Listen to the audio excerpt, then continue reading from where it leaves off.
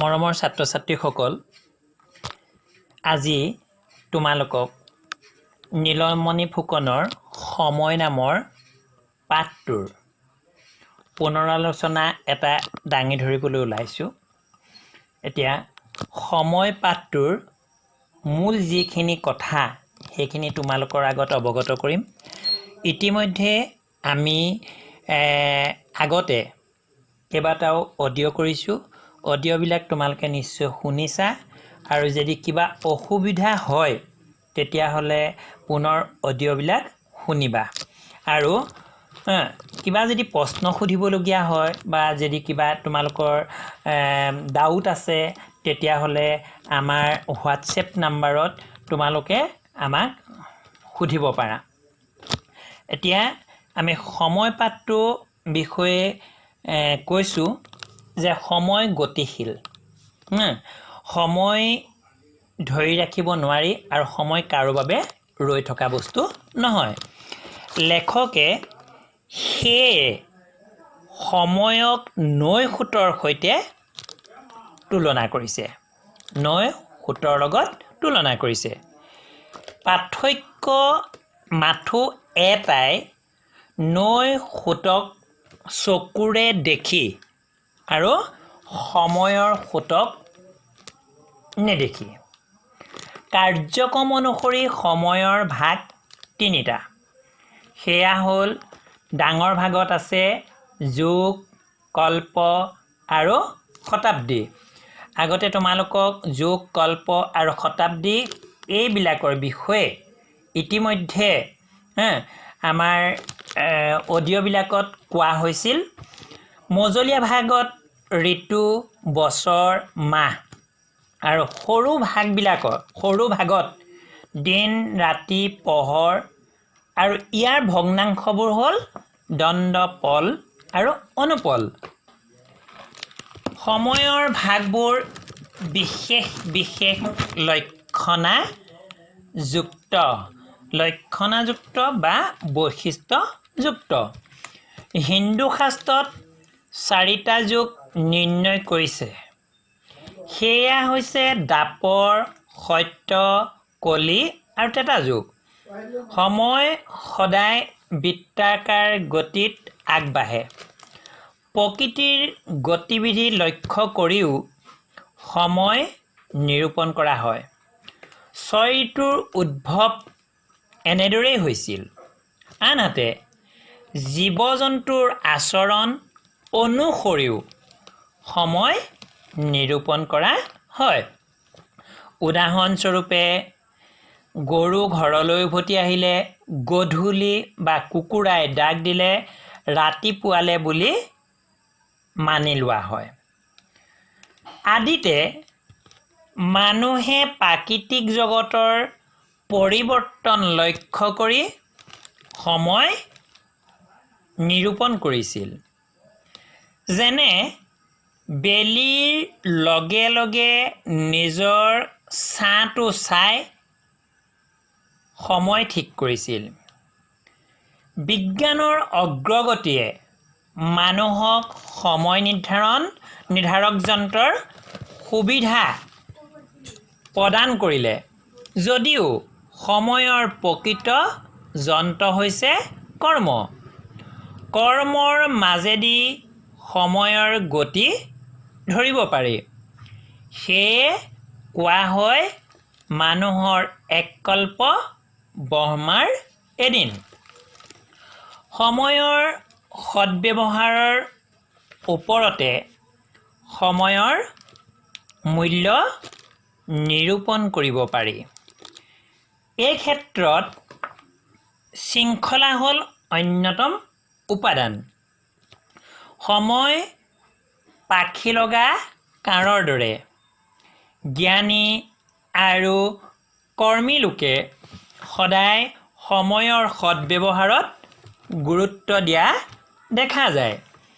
সম্ৰাট নেপোলিয়নে Waterloo যুদ্ধত মাত্ৰ 5 মিনিটৰ পিছত সৈন্যসকল গৈ পোৱাৰ বাবে হাৰিবলগীয়া হৈছিল। সময়ৰ মূল্য নুবুজাৰ বাবেই লাচিতে নিজ মোমায়েকক মৃত্যুদণ্ডেৰে দণ্ডিত কৰিছিল। সময় অমূল্য ধন বোলা কথাষাৰ সঁচা। সময়ৰ কাম সময়ত কৰিব নজনাজনে কেতিয়াও জীৱনত সফল হ'ব নোৱাৰে। সময়মতে কাম কৰিব জনাজনক হেজাৰ কামেও অসুবিধাত নেপেলায়।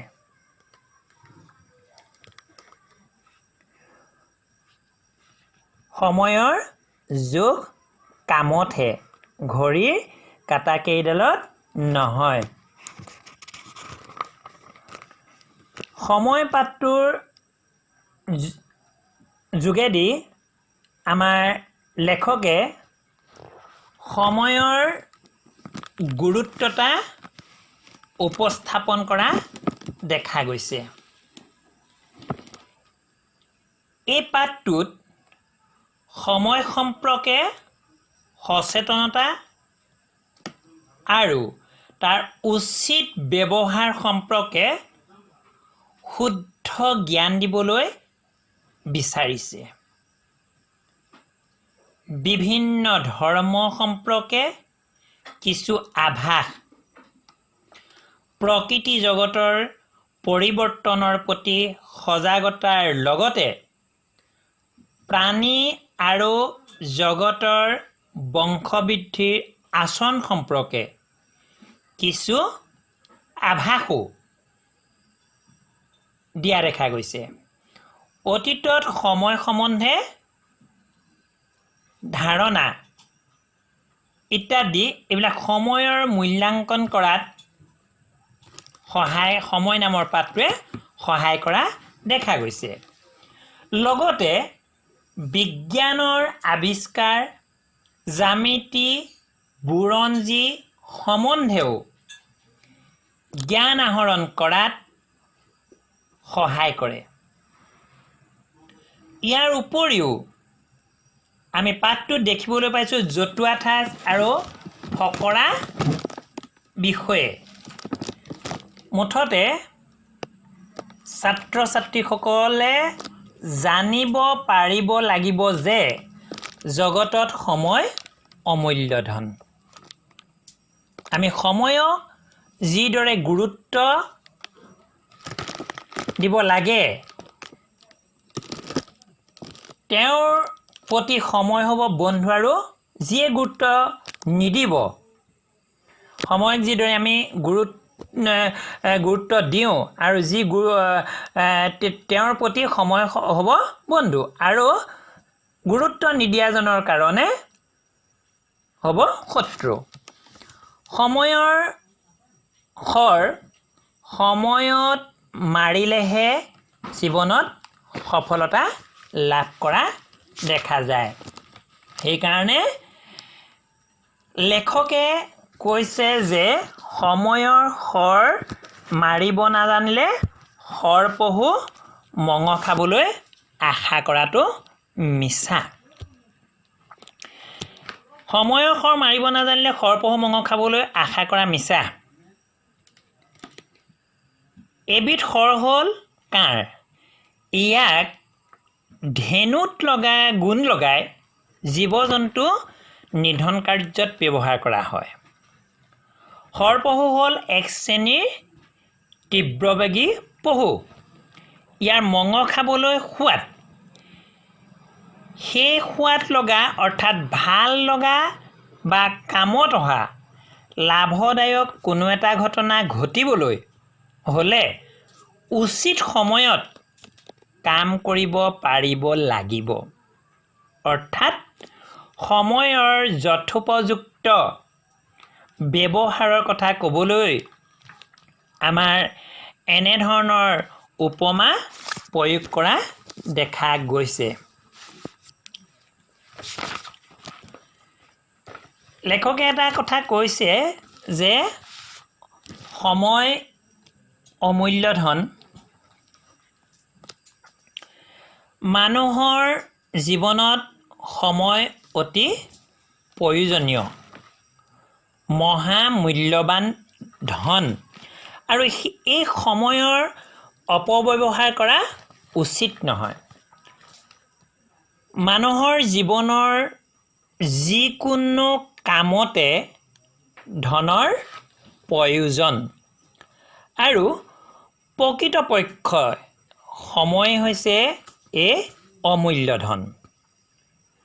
ধনৰ সুব্যৱহাৰৰ ফলত মানুহৰ জীৱন যিদৰে সুখ সমৃদ্ধিৰে পূৰ্ণ হৈ উঠে, সেইদৰে সময়ৰ সুব্যৱহাৰেও মানুহৰ জীৱন সুখ সমৃদ্ধিশালী কৰি তোলে। সময় কাৰো বাবে ৰৈ নাথাকে, ই গতিশীল। সেয়ে আমি সময়ৰ কাম সময়মতে কৰাটো উচিত। সময়ৰ কাম সময়মতে কৰি যোৱাটোকে সময়ৰ সদ্ব্যৱহাৰ বুলি কোৱা হয়। মানুহে যেতিয়া সময়ৰ কাম সময়মতে নকৰি পিছত কৰিম বুলি ভাবি থাকে, তেতিয়া বহু ক্ষেত্ৰত মানুহৰ সেই কাম সম্পন্ন হৈ নুঠে। তাৰ ফলস্বৰূপে মানুহে জীৱনত দুখ ভোগ কৰিবলগীয়া হয় আৰু কেতিয়াবা তাৰ বাবে অনুতাপ কৰিবলগীয়া হয়। সেয়ে লেখকে সময়ক অমূল্য ধন বুলি কৈছে। ধনৰ সুব্যৱহাৰে যেনেকৈ মানুহৰ জীৱনলৈ সুখ কঢ়িয়াই আনে, সময়ৰ সুব্যৱহাৰেও মানুহৰ জীৱনলৈ সুখ আনি দিয়ে। লেখকে আৰু এটা কথা কৈছে যে সময়ৰ জোখ কামতহে, ঘড়ী কাঁইট কেইডালত নাই। তীব্ৰ বেগত সময় আগবাঢ়ে যদিও ঘড়ীৰ দ্বাৰা সময় নিৰূপণ কৰা হয়, কামৰ হিচাপেৰেহে প্ৰকৃততে সময় নিৰূপণ কৰিব লাগে। আনহাতে লেখকে আৰু এটা কথা কৈছে যে নৈ সোঁতৰ লগত সময়ক তুলনা কৰিছে। নৈ সোঁতটো ৰৈ নাথাকে আৰু ই উভতিও নাহে। এবাৰ যি বৈ গ'লেই, ঠিক তেনেদৰে সময়ৰ সোঁত বৈ যায়, ইয়াক চকুৰে দেখা নাযায়। এবাৰ পাৰ হৈ যোৱা সময় পুনৰ ঘূৰাই পোৱা নাযায়। সময়ৰ গতি তীব্ৰতা প্ৰকাশ কৰিবলৈ গৈ সময়ক আমাৰ নৈ সোঁতৰ লগত লেখকে ৰিজাইছে।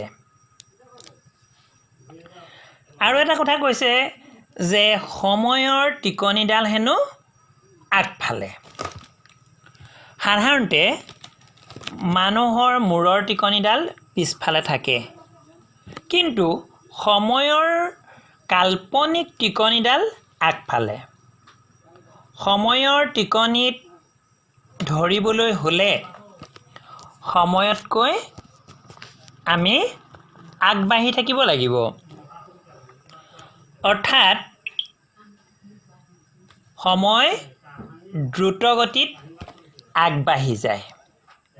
ইয়াক ক'তো ধৰি বন্ধ কৰি ৰাখিব নোৱাৰি। ইয়াৰ দ্বাৰা সময়ৰ বিশেষত্ব বুজাবলৈ বিচৰা হৈছে। এইখিনি আমাৰ পাঠটোৰ পুনৰালোচনা। তোমালোকে কিবা পাঠটো ভালকৈ পঢ়িবা আৰু যদি কিবা প্ৰশ্ন ডাউট থাকে আগতে আমাৰ অডিঅ' কেইবাটাও দিয়া হৈছে সেইকেইটা শুনিবা আৰু লগতে আমাৰ হোৱাটছএপ নাম্বাৰত যিখিনি প্ৰশ্ন সুধিব লাগে তোমালোকে সেইখিনি সুধি তোমালোকৰ ডাউটখিনি ক্লিয়াৰ কৰিবা আৰু ইতিমধ্যে আমাৰ সিলেবাসখন দিয়া হৈছে তোমালোকে সিলেবাসখনৰ মতে পঢ়া শুনা কৰি পৰীক্ষা ভালকৈ দিবা